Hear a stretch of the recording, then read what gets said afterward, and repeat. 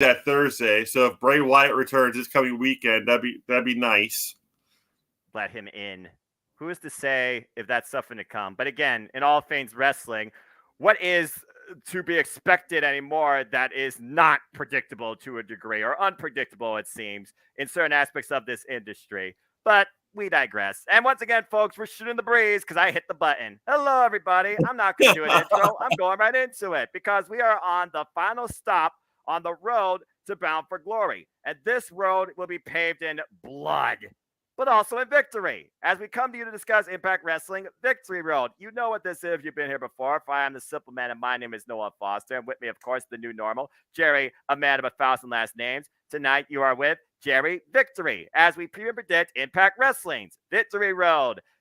Jerry, we've already shot the breeze for the last 15 minutes, unbeknownst to anybody that's actually watching this live or on demand. And thank you again to those that choose to. Please like, subscribe, comment, tell a friend.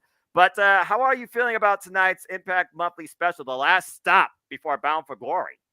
I think it's kind of weird that we're getting well, I'm still not used to this whole, specials versus like pay-per-views. Because back when I was really into NXT or TNA and Impact and whatnot, like when I was like watching it almost nonstop, like Victory Road was like one of those huge pay-per-views, and then you have a couple weeks went by, or a couple months even, and then you have Bound for Glory.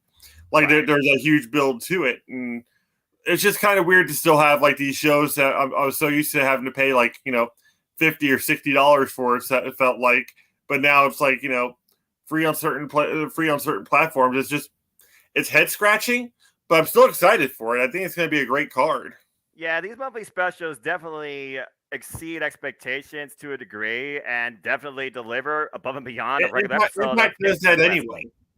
And it's only $5 for those that want to watch. Again, folks, this is Impact Wrestling Victory Road, the next monthly special for Impact Ultimate Insiders. Like me, I got my gold badge now because I've been one for 12 months. Impact Ultimate Insiders for life. Hello, Datia. And Heather Wright. That being said, you all can join the fun too. You can watch this show on Impact Wrestling's YouTube channel. Just become an Ultimate Insider. It literally costs you $5. You get monthly specials. You get premium content, including Sammy Callahan's podcast, Callahan Uncensored, and so much more. And you also get pay-per-view replays at a later time too. But without further ado, let's get right into it. Shout out, of course, to those that are in the Impact Predictions League with me and Jerry, who's already filled out the form. And again, folks, your opinions matter too. Find it on my Twitter, find it in the description, and I might have it scrolling across, but I realize scrolling across does nothing too. Shout out, of course, to Dwayne Atkinson, Cindy G, Rodney, JJ, The Renegade, and follow him, folks, Kaz18D Studios on YouTube. Benji, Shane Wells, Bacon Space, Paul Me, Kyle, Scott, Tim, and so many others who have joined in the fun. Let's go ahead and get right into it. And before we acknowledge the main card, I am aware there are matches, or at least a match, on the countdown to Victory Road. A six-man tag. It's Bullet Club versus Enhancement, including Toledo's own gut check winner, Jason Hotch. But Chris Bay, Ace Austin, and Rock Hard, for more reasons than one, according to his wife, Juice Robinson, they also are part of the show tonight. Interesting. Juice Robinson back in Impact Wrestling. Yeah. I wonder, Jerry, obviously Bullet Club's going to win, duh. But what is it going to lead to? I mean, again, Chris Bay, you figure this guy will be involved in the X Division. Title picture, nowhere near, as we'll talk about shortly. Ace Austin, the former X Division champion, and Juice Robinson, he's never been X Division champion, but he did have his grips on the IWGP United States Championship. Is there anything you can see coming out from this six-man tag? I think what's going to end up happening is like Juice is going to become very, very comfortable with Chris Bay and Ace Austin extremely quickly, and automatically start talking about how they should make a run for a tag team titles and like kind of execute the Freebird rule with them. So pretty much like try to get them to do as much work as possible for him to win the titles, and for him to be able to carry it around and act like it's pretty much his. So. And that could cause a little bit of dissension here and there, but at the same time, I think it'd make for a great storyline. I think Ace Austin and Chris Bay are just a phenomenal team. The fact, them feuding for so long, only made them that much better for tag team partners. Kind of like the Bar with Sheamus and Claudio Castagnoli. Yes. Like you had this whole thing where it's like they feuded so much that they knew each other so well that they were able to complement each other's moves and everything, and like. The touch finesse and the fold just perfect moves. And yeah, these guys are going to get squashed by Bay, Robinson, and like Austin. And chances are Robinson's going to make the pinfall. But I think that's the road they're going to take with that. Pun intended. Pun intended, indeed. The victory road. Right. But bump. Well, we'll see soon enough when it lays too. But yeah, I feel like there will be some Bullet Club influence at Bound for Glory, and they're going to make a statement tonight in this 6-man tag. But good for Jason Hodge to be on Impact Wrestling. Okay, let's go ahead and get into the main card. It looks like we have X Division title match. We have the X Division #1 contender decider with the triple threat revolver returning, a barbed wire massacre, 3 knockouts matches, and a 6-man tag. Let's go ahead and start off with the match that usually sets the pace for the night and sometimes steals it too. But I do wonder, does Speedball Mike Billy know what he's getting into? And against who? As Speedball Mike Billy continues to be a phenomenal fighting X Division champion, looking to rival the run of defenses against Christopher Daniels, defending the title now against Ring of Honor's own Delirious. The last time we saw Delirious, I believe he left his mask to Cheeseburger as a sign-off, but he also is a veteran of Ring of Honor, a former producer. We've seen Speedball Mike Billy now set to defend this title most recently against Mascula Dorado, also against Kenny King. Other names he also has surpassed include, but not limited to, Trey Miguel. Good Lord, that freaking match was insane. Chris Bay, as we talked about earlier. Alan Angels, among others. I believe this is his 7th defense right now he is doing, literally tonight, as Victory Road is literally 2 hours away. But I don't see the champ losing the title. Speedball Mike Billy right now is on a whole nother level as an X Division champion that we have not seen in a long damn time. And I think that at this point, he will be the guy to surpass the number of defenses held by Christopher Daniels, unless the Fallen Angel decides to be maybe the one to stop that. But for now, I think Speedball Mike Billy is going to retain. But what's your thoughts about this really interpromotional type match? It's Ring of Honor versus Impact. It's very much new school versus old school, but if you watch some of Delirious's old matches back in Ring of Honor, his style is a lot of what these guys emulate now. And it's also for a fact that I think it was after CM Punk left Ring of Honor, like Delirious took over the Ring of Honor wrestling school. Yep. So there's a lot of people that were trained by him, and you can still feel that influence there. I think it's going to be a fantastic match. I think it's going to be, as weird as it sounds, almost like clashing of styles, even though they're both very, very quick, very, very agile, and deliver very hard strikes. So it's going to be barefooted, might I add. They both will be barefooted. Yeah. But at the same time, like as unorthodox as Mike Bailey is, and with his dives and different ways he can actually put someone down, Delirious will bite you. He will go hardcore with it, but within the meat realm of the match. Exactly. So, pretty much he'll go hardcore to just enough that he won't get disqualified. Pretty much anything that's going to get him the championship. But I think Mike Bailey is going to take advantage of that, find different counters for these measures, and he still will retain. But there'll be a great handshake at the end, and respect will be had. I mean, pretty much every opponent Speedball Mike Billy's been in the ring with, he's had an honorable handshake in the end, except for Dino, who right now is with a revival of violence with Eric Young. That's a whole different conversation. Like if you believe in Joe Hendry or not. I think it's going to take somebody very, very special or just very, very wrong to take the belt off Speedball Mike Bailey. I think it's going to be probably a poor booking decision somewhere down the line. But for right now, he's on a roll. I love watching his Instagram videos. I love watching just him living his life with Veda. Congrats to both again. And one of the smartest women in all the industry, next to Maria Kanellis, just saying. She is superb. But yeah, I think we have a retention here from Speedball Mike Bailey. But yeah, it's a potential show stealer. No doubt. And definitely one of those matches that people are going to be like, I did not expect this. All right, let's go ahead and step away from the X Division for now while we talk about maybe what's ahead for the champion and look at this match that involves a former X Division champion in his own right and the current Impact World Champion, as the continued never-ending story, it seems, between I Don't Know More and Impact Wrestling continues. Can they coexist? Well, after what we saw on Thursday with PCO, and maybe PCO will finally, go against his master, like the living monster of Frankenstein. We'll see. But I don't think he'll be involved in this match.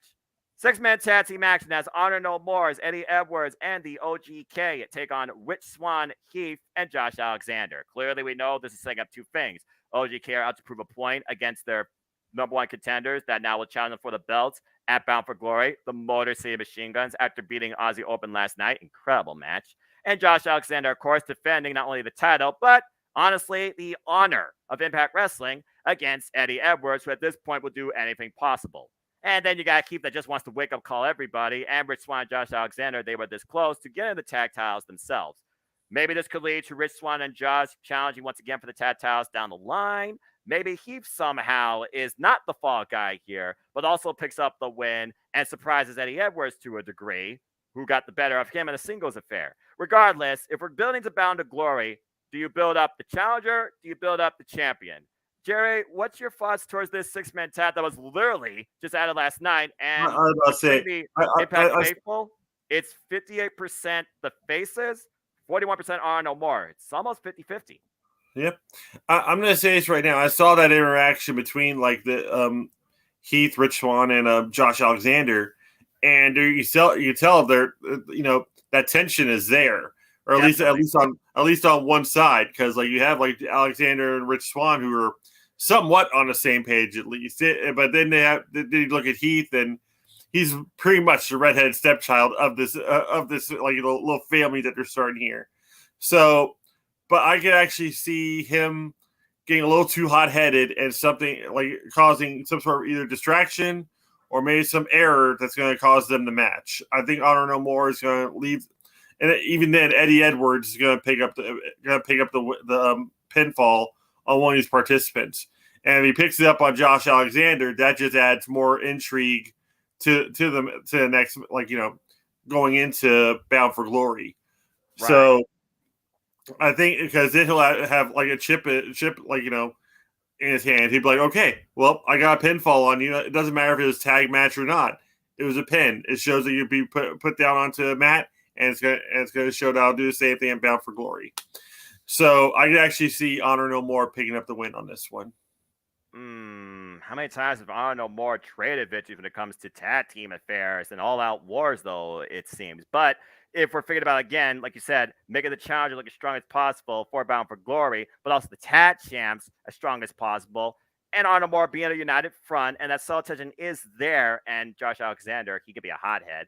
I kind of agree with you here. I do feel like Honor No More is going to prey on the psyche, particularly of the champion. And it will be maybe at Heath's expense, who will probably play Peacemaker, and it might call to a miscommunication. And I feel Honor More will get the victory. And again, all that's left is Bound for Glory. As much as Scott D'Amore probably thought he was helping them with like his speech saying like it's like we're united. What it was. It doesn't. I don't think it's going to help. I think if anything, it put more pressure on them, especially pressure on Heath to actually do the right thing and not really put his needs in front of the team, in front of the company / team. Right. So that's what I think. I think that's where I think it's going to screw up there because everybody likes the when it comes to like Star Wars. If you ask most of Star Wars fans, the dark side. Most people, if you ask their favorite Star Wars film, we're going to say Empire Strikes Back. That's the most notable one. Even I understand that. It's because it's such a bad ending. Like all the good guys are pretty much at a loss at this point, and that builds the Return of the Jedi. This is going to be the Empire Strikes Back for Impact Wrestling. Well, Impact Wrestling sure does love how to connect to pop culture when you think about the vignettes and how many original movies they hype up too, even if they partner with Access TV. So I can see what you mean. Well, we talk about movies, we talk about stars. Let's talk about somebody who's looking to hold the spotlight for herself at the expense of Mickie James, who's on her last rodeo. Because again, it's win or go home for good. Mickie James now on her third insert Mortal Kombat tower of opponents here, way to the Knockouts Championship, where one loss, there is no continue. It's game over. After overcoming Rochelle Rose and high-end, Michelle Shaw, the quintessential diva now, has put herself into the spotlight and right in Mickie James' sights, looking to be the one that sends her back to that ranch. I like Michelle Shaw's attitude and ambition, but I don't think she's the one to stop Mickie James, who's just starting this thing right now. Mickie James is winning, in my opinion. But again, Giselle Shaw, good luck against this legend. You, I'm sure, are going to have a great showing, but you're not going to overcome hardcore country. Not this hardcore country motivation. Jerry, anything further? Well, my mentality is this: like, it would be an ultimate shocker, like for her to lose what was like this first match on her journey, like into retirement, more or less. Right. But it's not going to happen here. Like, if it does happen, it'll be one of the biggest shock victories in Impact Wrestling, and I don't think they would actually put that right on Victory Road right now. So you're going to have that Shawn Michaels, Ric Flair, I'm sorry, I love you moment, like somewhere down the line, but it's not going to be with Giselle Shaw. So Mickey for the win. Yeah, and it looks like practically everybody, except for maybe one quintessential diva supporter, picked Mickie James here too, according to 17 responses I'm looking at here. Again, the ultimate obstacles still await Mickie James in this roster. Deonna Purrazzo and the very person that made her reflect, can I still do this? Should I even try this rodeo? The hot mess, Chelsea Green. Until either of those two matches happen, Mickie James is not, keyword, not leaving. Then again, also now you got Killer Kelly, and that's never happened. But speaking of which, let's go ahead and have some fun because playtime's ahead, and I'm going to enjoy this. As Killer Kelly now looks to have a little bit of an engagement in the ring with Tasha Steelz, who looks to show her that you can't handle my flavor. Well, time's up for you.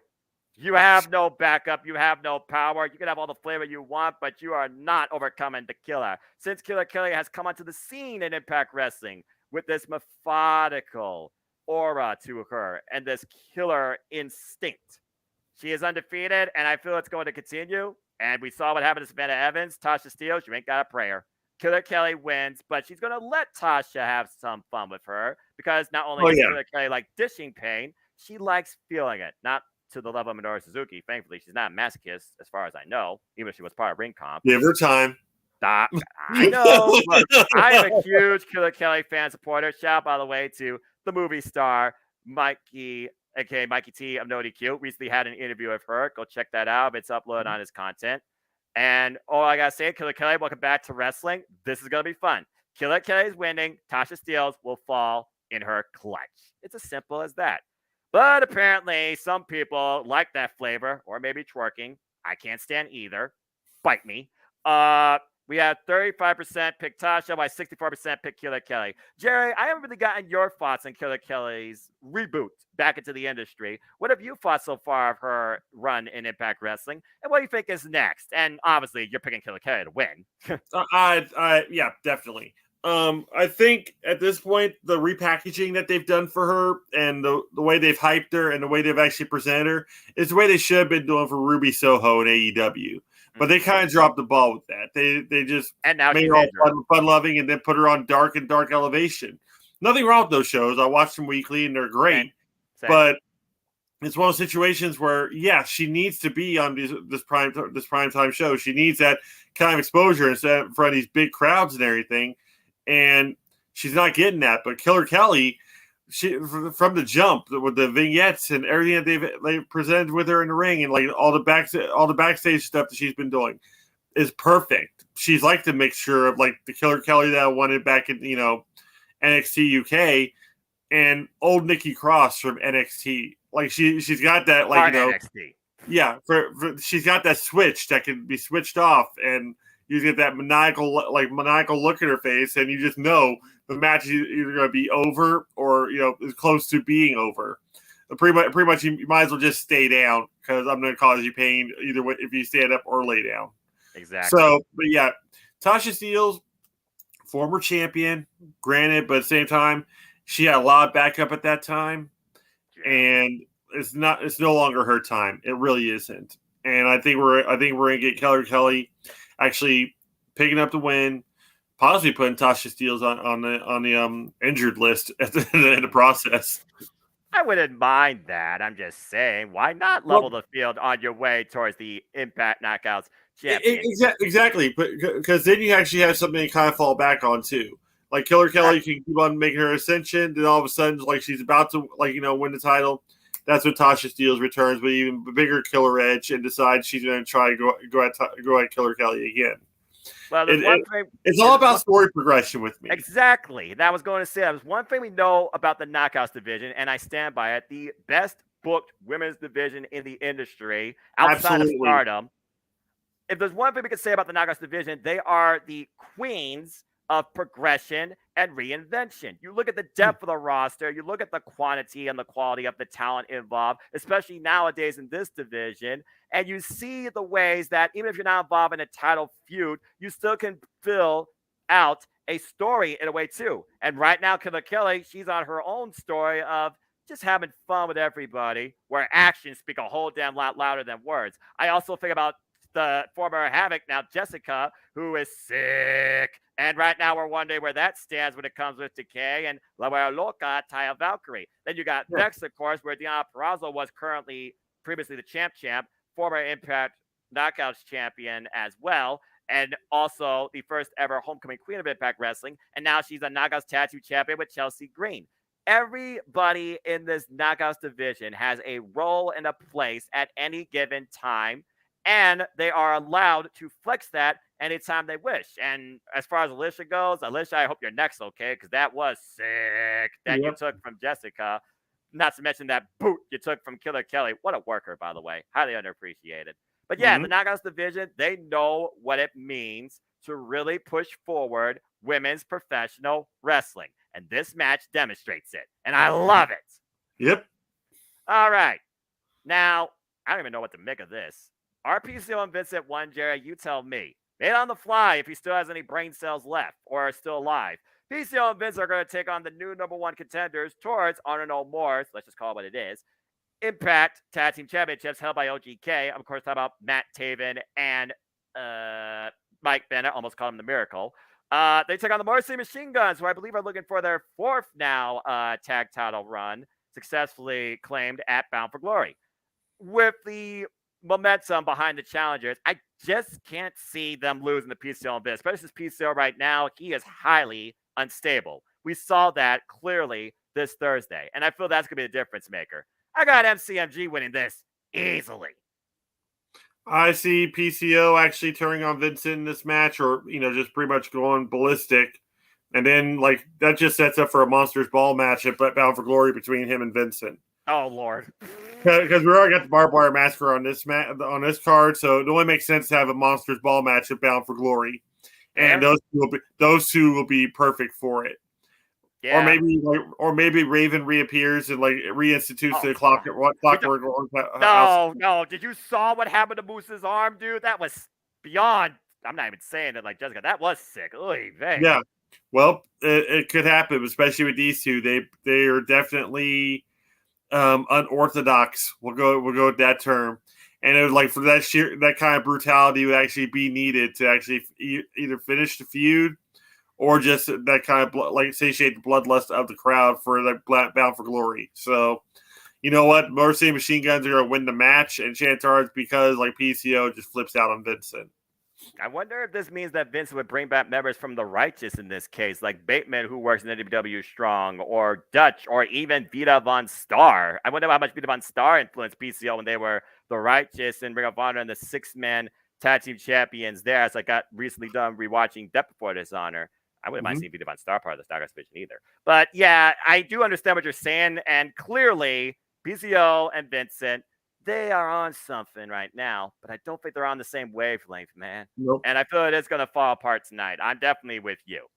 All right. And most people agree with us. 76% believe Motion Machine Guns, while 20% believe in PCO and Vincent. I feel like there's some people here that support Hey, the glove. I respect that. My neighbor in the north, the bi-state area. Okay. All right, well, as we move on from there, let's go ahead to what I feel like really is the match that's going to define the night in its own way here, because I believe it's the second time ever after watching the first from 2021. Jerry, it's the triple threat revolver, where the winner will get an X Division title shot at Bound for Glory, and the fields as follows. We got representatives from New Japan Pro Wrestling, AEW, and Intergender. Go figure. Kenny King, Laredo Kid, Alex Zane, Trey Miguel, Black Taurus, which right now is definitely front runner, I feel like, Uya Yamera, Frankie Kazarian, and Mia Yim. What? As we saw in the five-way dance, Mia Yim got headbutted into oblivion by Black Taurus and was almost a non-factor in the match. Black Taurus won in that five-way dance. Uya Mera, he got a win over Kenny King with the help of the HBIC. I previously saw Black Taurus go after the X Division champion against Josh Alexander. He came this close. And Frank Kazarian is a former X Division champion in his own right. And right now, I don't really know what this guy's doing, but I would love to see him challenge people on my Billy for the title. But as we know, it starts with 3 people, and every time someone's eliminated, somebody else comes into the fray until we're down to 3 people. And the last 3 duke it out under normal triple threat standards, where first pinfall submission wins, and that person goes on to Bound for Glory to challenge for the X Division Championship, which at this point I think we all can agree it's going to be on Speedball Mike Bailey. It's all over the place here, but it looks like it is mostly Kenny King. I guess some people thought he still should be champion. I disagree. And then second up is Mia Yim, which would be interesting in its own right. And then my hometown boy, Trey Miguel, who I think has given the strongest match since Speedball Mike Bailey has been champion. So, Jerry, take it away, man. Freaking talk about the field and give your pick and thought. What do you think is ahead at Bound for Glory? And could you see the next X Division champion out of this field? I honestly think my pick is pretty much a kind of a dark horse in Alex Zane. He's been nothing but impressive, and I think a win over like these other 5 competitors in this match will actually only boost his confidence even more into going into a match against Speedball Mike Bailey.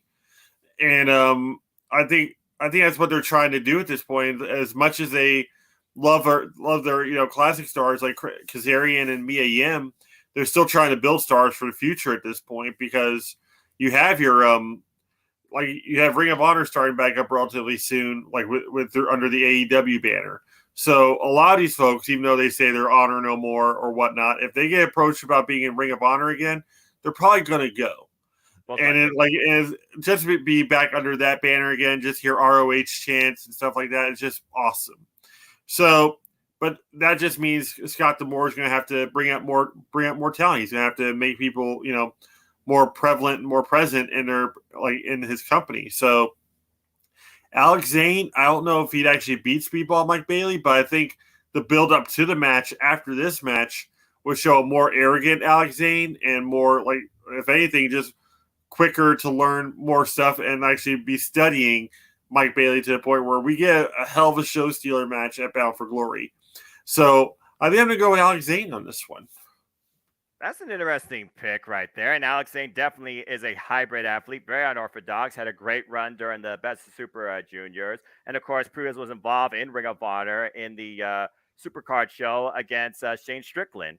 But I like how you really went beyond the roster here, because again, you do have representatives for NJPW, AEW, Ring of Honor, but the AEW one, it might be a format to a classic, not instant classic, but still. And I mean, back at this time last year, Christian Cage went into Bound for Glory representing AEW as the Impact World Champion. So who's to say Kazarian can't go in and challenge Speedball Mike Bailey for this title that he is very familiar with? And it would be a completely different style versus Speedball Mike Bailey. While Alex Zane and Speedball, they might actually have more in-ring chemistry. There might be more synergy there with the way they are high flyers to a degree. But again, Mia Yim, this is going to lead to a fallout with Mia Yim and Kenny King. Those two are going to screw each other one way or another, and they're going to face each other one-on-one at Bound for Glory. I'm calling it now. So I kind of eliminated them from the field. Laredo Kid, Trey Miguel, they've tagged previously before. They've also challenged before on the X Division Championship on numerous occasions. I could see them kind of having a tip to a degree. And I know how Trey is definitely driven, and I'm sure people would love to see Trey, and I'm not just saying that because to represent my hometown, Trey versus Speedball Mike Bailey. Oh, totally not at all. Yeah. And Uya Mera, of course, he's now on excursion, no longer a young lion. He's just getting into Impact Wrestling, but do you thrust him straight into Bound for Glory? I don't think so yet. He still has a lot to prove, I believe, against this incredible field. But then I go with the guy that I feel like right now is the biggest X factor, and not just because of his size. I think Black Taurus actually might win it here with the fact he got that win last night, and he really hasn't challenged for a championship in a long time. Again, when I was there live last year around Summerversary, I saw him face Josh Alexander live for the X Division Championship. He came this close, but truth be told, that's 2 athletes of a similar size. Speedball Mike Bailey, there's a size discrepancy there, but Black Taurus, he can move like a cruiserweight. So I'm actually torn between Black Taurus and you bringing up Alex Zane would definitely be an interesting first that hasn't been done yet. Hmm. So I think right now, because they did give the momentum to Black Taurus and he is homegrown in Impact, I think they're going to go beyond Impact here, though, for Bound for Glory. And I don't think it's going to be somebody that necessarily is within the company or has been with it. So I think yours is on the ball, Jay. I think I'm going to go with you. I think I'm going to go with Mr. Taco Bell himself, Alex Zane. And whether or not he has the sauce, we'll see when the bell rings, beginning and end. But I'm going to Yeah, go with you on this one. I'm picking Alex Zane too. This is a who's who, though, because again, X Division, no limits to whoever can be the champion, let alone challenge but for it yeah, like too. if there was a secondary pick at this point, chance already be Black Taurus. Yeah, I'm not gonna lie. I was thinking about doing something, but I was like, okay, triple threat revolver. Not everybody's in the ring at the same time because you only have 3 people Yeah. at the same time. And honestly, this could go down to luck of the draw. So Yep. for now, literally, yeah. As we are 90 minutes away, I'm going with you. I'm going with Alex. Chance for Black Taurus to be the last one in the match, which will make it that much, Or make he'll him that run the much of a field. threat. What if he runs the field again? Black Taurus is the biggest threat, literally, to the entire Yeah. field. But I'm saying you got these two guys that have been in the match the entire time, and all of a sudden Right. Black Taurus comes in. There's that imminent threat, which is something that you love seeing with any kind of competitor when they're like people are like, oh God, not him, and then that's what you get with that. So Well, I mean, I'm on board. well, last year, again, as they showed the first triple threat revolver, Josh Alexander came out number 6. And Yep. the last person to come out was Ace Austin. Josh ended up winning, and the triple threat came down to Ace Austin, Josh Alexander, and Trey Miguel, I believe. So, again, that suspension of disbelief is there. You are correct. Because no matter what, there only will be 3 people in the ring at the same time. Period. All right. Well, as we go on from there, again, it's a who's who. So let your voices be known. Good luck, all. Let's go ahead and move on to what I think is going to definitely be semi because, again, I don't know if Jordan Grace can survive the wasteland. As Masha Slamovic definitely surprised me and picked somebody to smash or at least crush the champion a little bit. Max the Impaler. Yeesh. Max the Impaler goes one-on-one with Jordan Grace. And of course, Father's Jane Mitchell, the sinister minister, will be in Max the Impaler's corner. Max the Impaler has been a force to be reckoned with in the industry since I've seen her anyway. In the Ring of Honor Women's Division reboot, where you thought she was going to be the one to take everybody out in the tournament. Angela Love learned that the hard way. And most recently, Max the Impaler gave Camille her toughest match to date as champion at NWA 74, where she came this close to stopping the Burke being Brick House. So, regardless where she goes, she said everything is the wasteland. Jordan Grace, she is a powerhouse, but this is a force to be reckoned with. I do feel like she will survive this. I'm just not sure how much punishment Max the Impaler is going to unleash. And whether Masha watches on from ringside or backstage, I do wonder, Masha, do you realize the force you have released upon possibly the Knockouts division to come? Yeesh. Jordan Grace, though, needs to win this to have any sort of momentum going into Bound for Glory because I do feel like Jordan Grace, things are going to change for her once again in Impact Wrestling. Sooner rather than later. This might be a tease of it. Jerry, what's your thoughts towards this exhibition? I think Jordan Grace can actually stand to take the loss here. I think at this point, if they're going to try to build like a monster heel out of a Maxi Impaler in the company, and actually have somebody else that could also be of like another legitimate threat for the women's title, I think Jordan Grace may actually take the pinfall. Whether Father James Mitchell actually plays factor, does a fireball or something in Grace's face, Oh, wow. that's something that could easily happen. And like we don't have so far we don't really have many heels winning in these matches like so far what we've picked. So True. and it'd be kind of a shock victory, and it also be almost like feel like an arrival for Maxie Paler if she actually picks up the win on Jordan Grace. And Jordan's been like what was it, the internet champion at one point? She was the digital media champion. She is a 2-time, I believe, knockouts champion, or 3-time. I've lost count. And she literally has challenged before for the X Division championship. So she has done it all. Yeah, so she's got the prestige and stuff to her, but not enough prestige to the point where it would harm her if she loses this match. So I actually am going to go with Maxine Impaler to pick up the victory. Talk about an upset on an unlikely soil, Victory Road. And you Yeah, wonder how that could maybe change the dynamic of the match at Bound for Glory. What if she's added and it turns into a triple threat? exactly. All right. That's the kind of bargaining chip that you need to think about there. True. Because right now it feels like, as a singles wise, it feels like Masha should win or needs to Yeah, win. She's undefeated. So again, triple threat, suspension is relief, buffer, fall person, and you got a monster involved here. Might be an yeah. unlikely alliance. I can kind of see your standpoint, but I feel like right now they're going to approach it straight and narrow with The singles. triple threats are always fun. You know why? Why? Because they automatically become like no disqualification matches.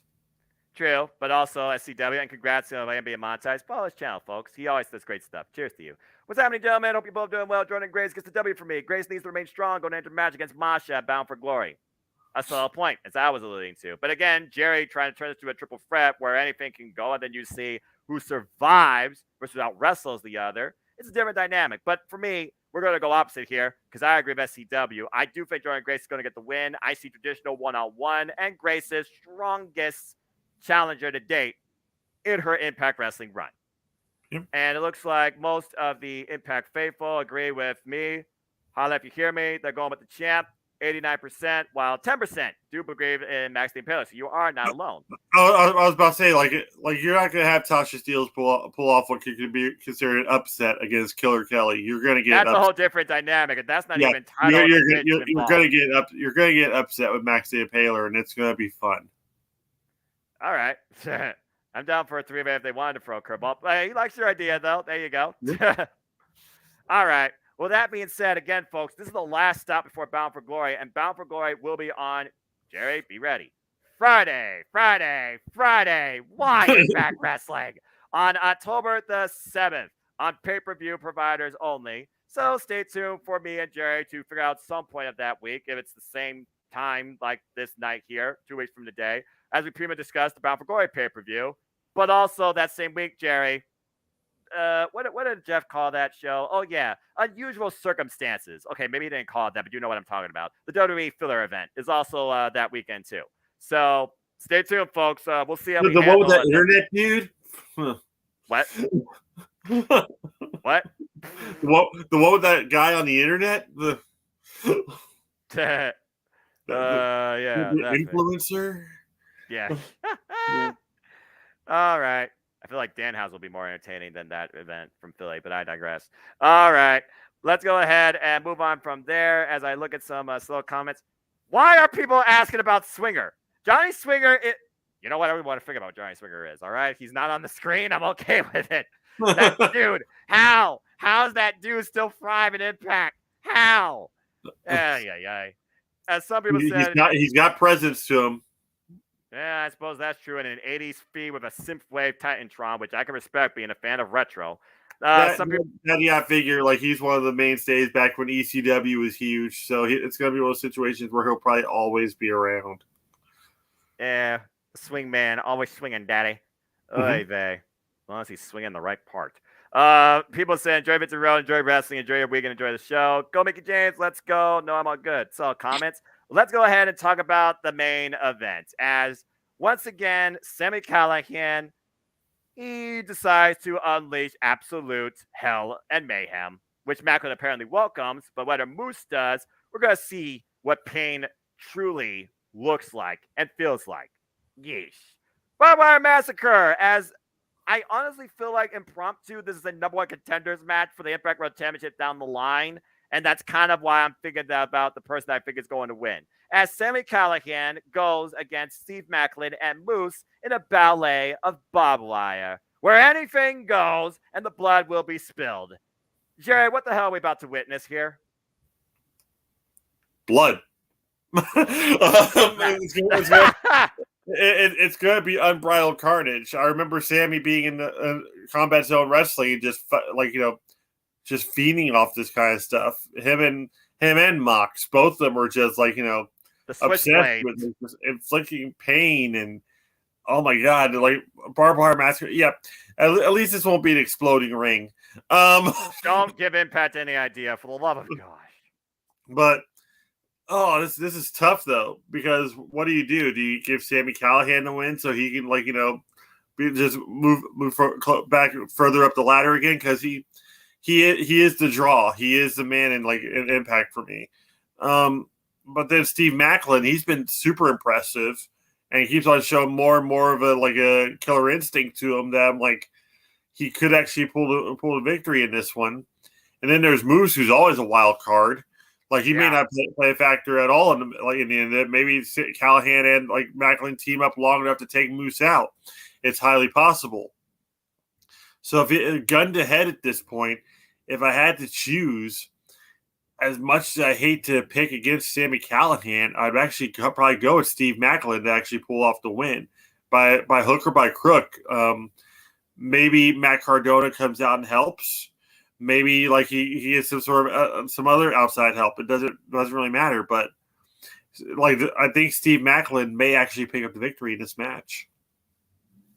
I look at this match like this. Sami Callihan originally came back for revenge against Moose 1 year later after Moose injured him. Let's put that in perspective.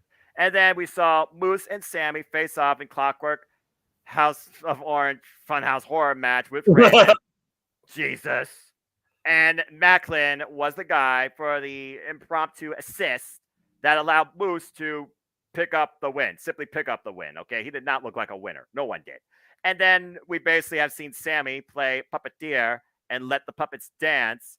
Legal disputes aside, I'm pretty sure that guy has an even faker degree than Smart Mark Sterling. And we've seen how basically there is no honor among thieves. And we saw that culminate last night where Moose and Macklin literally went at each other's crosshairs, and Sami capitalized and stood tall in the end, bleeding, as he signed the no-holds-barred agreement in blood. You sick bleep. So for me, it comes down to this. Steve Macklin, like you said, absolute dominant, incredible run in Impact Wrestling. He is extremely resourceful. He uses strategy when he needs to pick up wins. He has yet to challenge ever for the Impact World Championship. And then the other two are former Impact World Champions. Moose, of course, who literally lost to Josh Alexander. Sami Callihan has never faced Josh Alexander. So that's a whole nother tangent in itself. And yes, I know the main event for Bound for Glory is set between Eddie Edwards and Josh Alexander. Maybe I'm already spoiling my pick towards that. You tell me. But I look at Impact Wrestling's continued growth and future past their 20th year. Remember, this is their 20th anniversary. So they are doing a lot of homages, which makes sense. But I look at who could challenge or who could be a champion next beyond either of the two men involved with the Bound for Glory main event.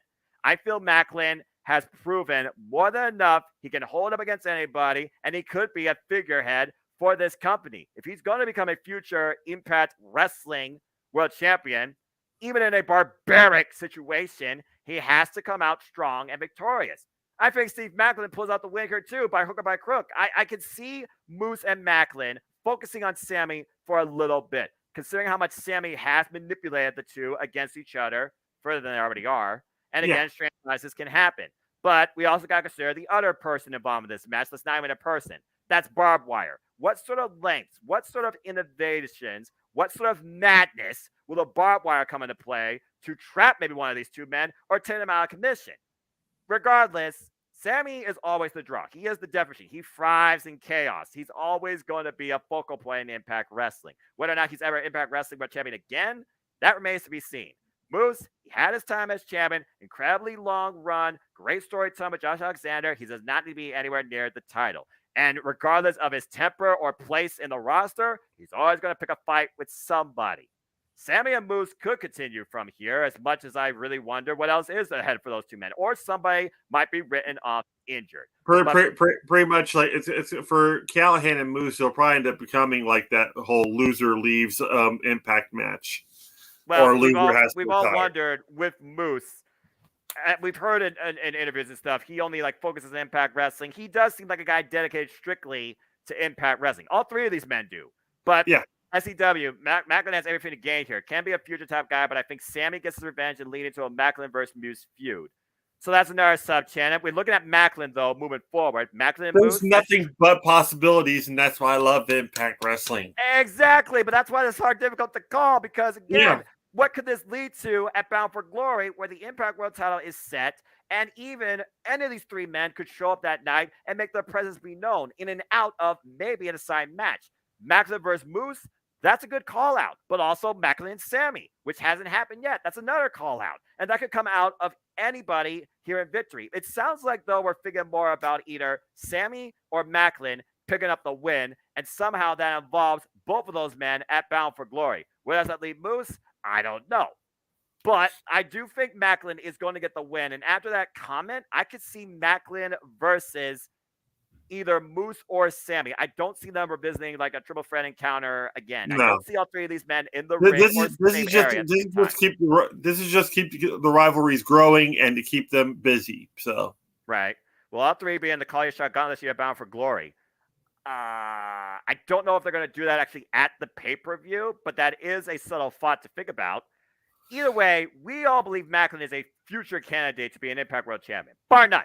But does he need to win here to take one step closer towards that? Will there be mayhem for all? Or will Moose once again use everything possible to his advantage and claim a victory by any means necessary? Or will Sammy literally bludgeon both these men beyond absolute recognizability and somehow come out on top and victory and move on from both these men? This is really hard to call for, actually. This is crazy. I was thinking Macklin at first, but now I'm second guessing myself, and I am thinking Sammy. I don't think Moose needs to win here after he got the win, hook or by crook, thanks to Magnus' assistance at the last monthly special emergence. So, I'm going to go with Macklin right now. I feel like Macklin is going to find a way to pick a strategy, pick a point, come out with a pinfall victory, and then leave this behind him. Talks about the things that he endured, he suffered as part of the Marines and stuff like that. That changes a man forever. He's already always dressed to go to war, gorilla paint involved, Punisher identity. I feel like Macklin will somehow claim victory, if I can call it that, and Sammy will be lucky to walk out of here and bow. And I think Moose will be the one that suffers the most in this match, but I'm going to go with Macklin like you. If Eddie wins the world title, then I'd like to see Eddie versus Sammy again for the title. And that's really what it comes down to, because my thoughts is Macklin and Alexander's the next program. But if Eddie wins, Eddie and Sammy, that's a call out. That makes sense. But right now, I look at what's after Bound for Glory, which I believe is Turning Point, and then Hard to Kill. Macklin and Alexander, who's truly hard to kill, that just writes itself for me. So that's my approach right now. So I'm going to go with Macklin for the win. Either way, Jerry, this Victory Road for a monthly special the last time for a pay-per-view, it has a lot of intrigue with this main event. Who knew? I was about to say, like, each match has like, you know, implications going into Bound for Glory. That's what Victory Road needs to be. So I'm even more psyched about this now that we've actually discussed it. So a majority do believe that Sammy's going to win, though. 70%, 20% believe in Steve Macklin, 10% pick Moose. So there is an actual valid candidate that believes that all three of these men can win. Regardless, a massacre is going to lead to something bigger at Bound for Glory. And that's a weird sentence in this reality. But again, we'll find out soon enough, folks. Wait and see. That being said, that's all for now, folks. That is Victory Road. Thanks for tuning in. Get your predictions in. Love to know your thoughts. Do you follow Impact Wrestling? Who's your favorite Impact wrestler to watch? Who do you think deserves the win? Let us know in the comments down below. Before we conclude, Jerry, always a pleasure. I know you got work to do. Anything you want to plug and promote, where can people find you? Twitter at Gerald_JSJ, and my Facebook group Armbar, all capital ARMBAR exclamation point. Don't forget it. I mean that. Otherwise, I've been kind of keeping a low profile, not really because of that, just for the fact that I've been working so much. So it's actually kind of nice to sit down and get to talk wrestling. But I'll also be on the No DQ review next Thursday, and we'll be discussing, I guess, a lot of WWE Roman Reigns type shit. I don't know, but like I'll be there. Disagree with virtue. That way, it's entertaining. Yeah, I'm game for that too. So it's cool. But yeah, I'm psyched for this pay-per-view, or not even pay-per-view. Might as well be. But yeah, it's just still great. Yep. And Jerry, You still theoretically are paying for it, but just not nearly as much. $5. Okay. You used to pay that for a foot long, people. It used to be. Now taxes is a whole different story. God help America. Almost all are like $6 now. So yeah, I know it's crazy. Jerry, thank you. Folks, you want to know more about me? Know this. I am just a simple man and a lifelong fan of professional wrestling, and I believe in Joe Hendry. Let that be known, but I digress.